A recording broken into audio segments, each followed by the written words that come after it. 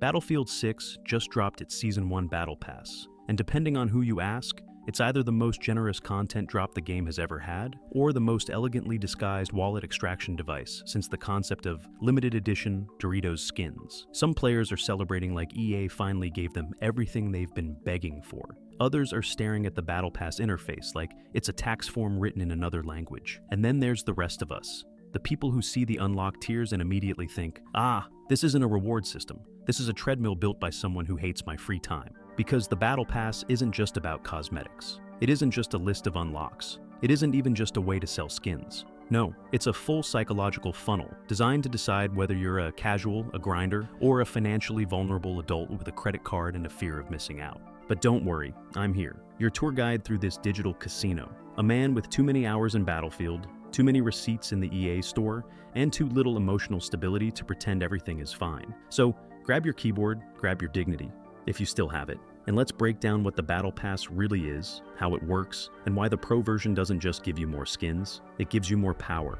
On the surface, the Battle Pass looks harmless. Two versions, Standard and Pro. The Standard Pass gives you some skins, some gear, a few instant unlocks, some cosmetics to make you feel like you're progressing, even though most of your teammates won't notice your outfit because they're too busy dying behind cover that doesn't exist. The Pro Battle Pass, on the other hand, gives you everything in the Standard Pass, plus extra cosmetics, extra XP, boosts 25 tier skips, exclusive assignments, access to bonus reward paths, a vehicle radio skin because Battlefield thinks you care about what music plays in a tank, and the ability to host 100-player Portal servers, which we will talk about later because that is not a small detail. So at first glance, it seems simple. Standard equals content. Pro equals content, but shinier. But as you'll see in a minute, this isn't a cosmetic comparison. This is a time comparison. A progression comparison. How fast can you unlock the good SET before everyone else? Comparison. And the moment players started breaking down the differences, one question started floating through the community like a ghost at a LAN party. Wait, is the Pro Pass actually a shortcut? Hold that thought, because it gets worse. Here's where the Battle Pass stops being a menu screen and becomes a business model. The Standard Pass gives you rewards. The Pro Pass gives you advantages. Not in-game stat boosts, not pay to win, but something more subtle. Faster XP, faster tier, unlocks faster weapon levels, more challenge rerolls, more chances to skip grind walls, more access to content paths others can't reach without no-lifing the game. So, what does that mean? It means the Pro version doesn't just give you skins, it gives you time. Time other players don't have. Time casuals can't compete with. Time that literally translates into Battlefield power, because weapon unlock speed equals competitive advantage, which is why players started calling it a pay-to-progress pass. Not pay to win. Oh no, EA's smarter than that. They don't sell power, they sell momentum. And once you separate the players who paid for speed from the players who didn't, something starts happening inside the community. Competition splits, unlock timelines split, challenge completion splits, portal access splits, and suddenly, the Pro Pass players aren't just flexing skins, they're playing a different version of the game. But that wasn't even the part that triggered the most debate. No, that honor goes to the path system. This is where the Battle Pass stops pretending it's Battlefield and starts pretending it's Pokemon evolution. Instead of a straight tier list, you get multiple paths, each with different rewards, sections, and progress tracks. You unlock one path, then choose the next. Then repeat until you've spent more time managing unlock routes than actually shooting anyone. On paper, this looks like choice, variety, freedom. In reality, it's FOMO with extra steps, because the path system forces you to choose rewards you won't unlock. It makes you aware of everything you could be earning, but aren't. It creates the feeling of being behind, even while you're playing the game correctly. And psychologically, that's not an accident. The path system does three things. Makes you feel like you don't have enough time, makes you feel like you're missing out, pushes you to buy tier skips or XP boosts just to catch up, which, surprise, is the entire function of the Pro Battle Pass. Battle Passes don't just sell content, they sell relief from the anxiety the system itself creates. And right when players realized this, the conversation shifted from, which pass is better, to, wait, why does XP matter so much now? Which brings us to the core problem. XP isn't just progression anymore, it's currency. In older Battlefield games, XP was just a number, a badge of shame or honor depending on whether you earned it in battle or by hiding in bushes with a sniper scoped the size of a dinner plate. But in Battlefield 6, XP is everything. XP unlocks weapons, XP unlocks tier rewards, XP unlocks paths, XP unlocks challenges, XP unlocks battle pass and progress. XP even determines how fast you earn cosmetics you already paid for. Which means the Battle Pass isn't selling skins, it's selling XP speed. The Pro Pass turns XP into a water slide. The Standard Pass turns XP into a sandpaper stairwell. So, the real question players started asking wasn't, is the Pro Pass worth it? It was, am I supposed to buy this just to keep up? And that's when things stopped feeling optional and started feeling necessary. Which leads us into the part the devs really don't want people talking about. Is Battlefield slowly drifting into pay-to-progress territory? Here's where the debate gets spicy. Because when players started comparing the Standard Pass to the Pro Pass, it turned into a philosophical fistfight in the community. Not about cosmetics, not about skins, but about what Battlefield is slowly turning into. Some players said, relax, it's just a Battle Pass. Only cosmetics, nothing is pay to win. Other players said, yeah, except it's literally giving people faster XP, faster unlocks, more challenges, more skips, and a progression advantage. That kind of is an advantage. And then there were the veterans, the ones who survived Battlefield 4 netcode, the great UI disaster of BF5, and the launch day server collapse of 2042. They weren't even mad, they just stared at the Pro Pass like a disappointed father at a child's school play.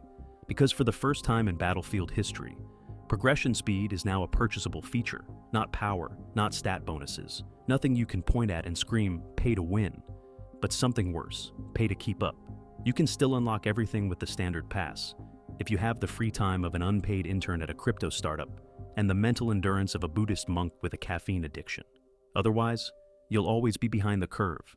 Players with the Pro Pass unlock weapons sooner, finish challenges faster, earn bonuses earlier, fill out paths before others even hit Tier 10. And once progression becomes a purchasable perk, the line is already crossed, not loudly, not dramatically, but quietly, systematically, strategically, because the question is no longer, can you unlock everything? The question has shifted to, can you unlock everything fast enough to still enjoy it? Which is how every live service game starts before it turns into a seasonal treadmill, with loot boxes and a battle pass that costs more than the game's launch price. And that brings us to the most overlooked, most important, and most dangerous perk in the entire Battle Pass, the 100-player portal hosting. Most players saw the line, host 100-player portal servers, and shrugged like it was a decorative feature, like the devs accidentally added Premium Lawnmower DLC into the patch notes. But that perk? That is huge, because Portal isn't just some side mode. It's the community sandbox. It's where players build their own servers, modes, challenges, parties, events, and custom games. It's where the Battlefield ecosystem lives when the main playlists get stale. And now, hosting those 100-player servers, the big servers, the ones that become popular, the ones that shape the player base, is locked behind the Pro Pass, meaning you can't own a big community server unless you pay. You can't build large-scale custom modes unless you pay. You can't run full event lobbies unless you pay. You can't become a community host unless you buy in. The devs didn't just sell XP, they sold social power. They turned the community from anyone can host a server into only paying users control the sandbox. And the more you think about that, the more it stops feeling like a cosmetic perk and starts feeling like a paywall over the culture of the game. Because if only one group can host big servers, then only one group shapes the experience for everyone else. That is not a skin bundle, that's community control with a price tag. And players didn't notice it, because they were distracted by the shiny cosmetics and tier skips. But the ones who did notice, they're already calling this the early stage of Battlefield Premium 2.0, except this time the monetization is slow, silent, and buried inside the Battle Pass instead of being sold separately. The most dangerous thing about the Battle Pass isn't that it costs money, it's that it costs time, or money, but not neither, because if you don't buy the Pro Pass, you now have to. Grind XP longer, complete more challenges, re-roll less often, unlock slower paths, earn fewer boosts, spend more hours doing the same progress a pro player does in half the time. The Standard Pass technically gives the same content, but with twice the labor attached to it, which is why this isn't just monetization. It's time pressure. Games used to be about play when you want. Now they're about play before the rewards expire or fall behind everyone else. The Battle Pass creates three types of player. Pro Pass buyer, fast progression, low grind, always ahead. Standard Pass grinder, has to treat the game like a second job. No pass player, watches everyone else unlock things they'll never touch. That's not optional, that's a hierarchy. And every Battle Pass season resets that hierarchy and rebuilds it again from zero, over and over, permanently, endlessly. The treadmill never ends, it just changes outfits. Which brings us to the final question. Is this still Battlefield? Or a live service reward simulator wearing a Kevlar vest?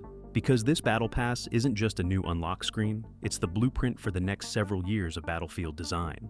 A version of Battlefield where XP is a resource you're rewarded or punished with. Cosmetics are used as psychological bait. Progression is a sales mechanism instead of a reward. Time investment becomes the real price of the game.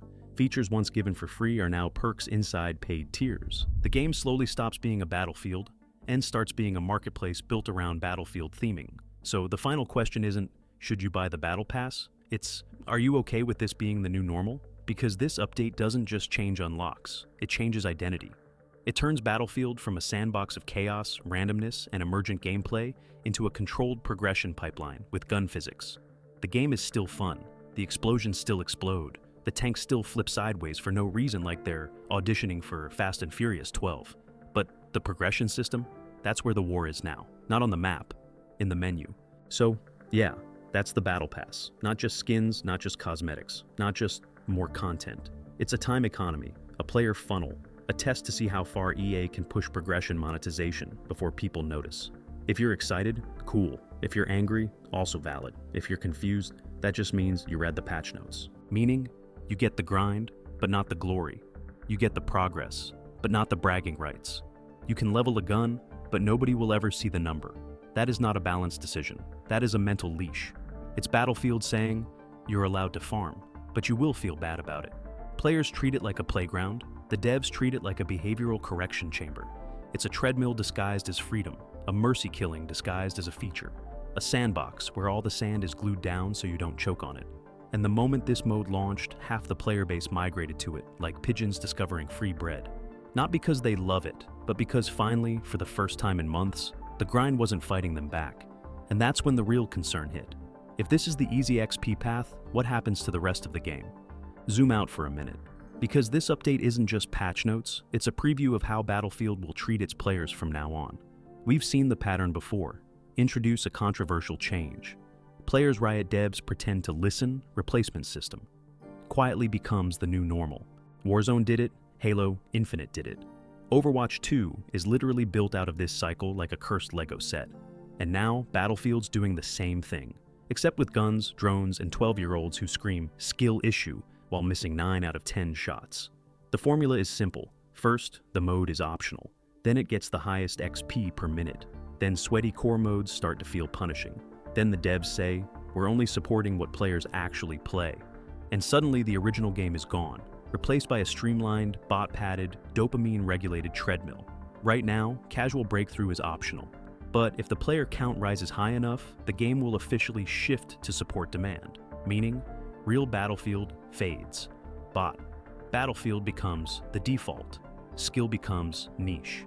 XP becomes the only currency that matters. You wake up one day, launch Battlefield, and instead of warfare, the game feels like a battle pass with gun physics. That's the future this update is testing. Not fun, not fixing bugs, not listening to feedback. It's population shaping. You still progress the Battle Pass, but Battle Pass isn't skill-based. You earn XP, but not stats. You gain rank, but not recognition. That's not an accident. That's the domestication of the FPS player. A de-skilled, de-competitive, reward-dependent player base is easier to retain, easier to monetize, easier to control, easier to shape into metrics. Once stats don't matter, skill doesn't matter.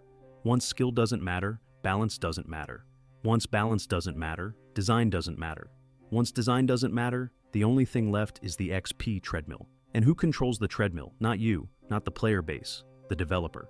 That's the shift nobody saw, because they were too busy grinding weapon XP on bots with the emotional vocabulary of a toaster. You do not. Rebuild the challenge system. Remove XP servers, rewrite XP values, create a new XP-regulated mode, restrict stat tracking, rewire progression pathways. Unless you know the original system was collapsing. This update wasn't a fix. It was a confession letter disguised as a patch note. The devs didn't just fix problems, they pivoted the foundation of the game. A game that used to reward chaos, creativity, skill, and ridiculous battlefield moments is now slowly shifting toward bot-safe grinding XP first, gameplay second, mandatory curated progress systems, reward loops designed for retention, not mastery, A future where Battlefield feels less like war, more like a Battle Pass treadmill with explosions. And whether that future is good or bad, that's not my decision anymore. That's on you, the players. So, now I ask the only question that matters. Is Battlefield evolving, or being quietly replaced with a live service simulator wearing a military helmet? You decide. I'm already too far gone to care. If you made it this far without crying, ranting, or opening your wallet, congratulations. You have the emotional discipline of a monk and the spending habits of a brick. Leave a comment, hit like if you're coping, subscribe if you're spiraling, and remember, the battlefield used to be the map. Now the battlefield is the menu screen. Peace.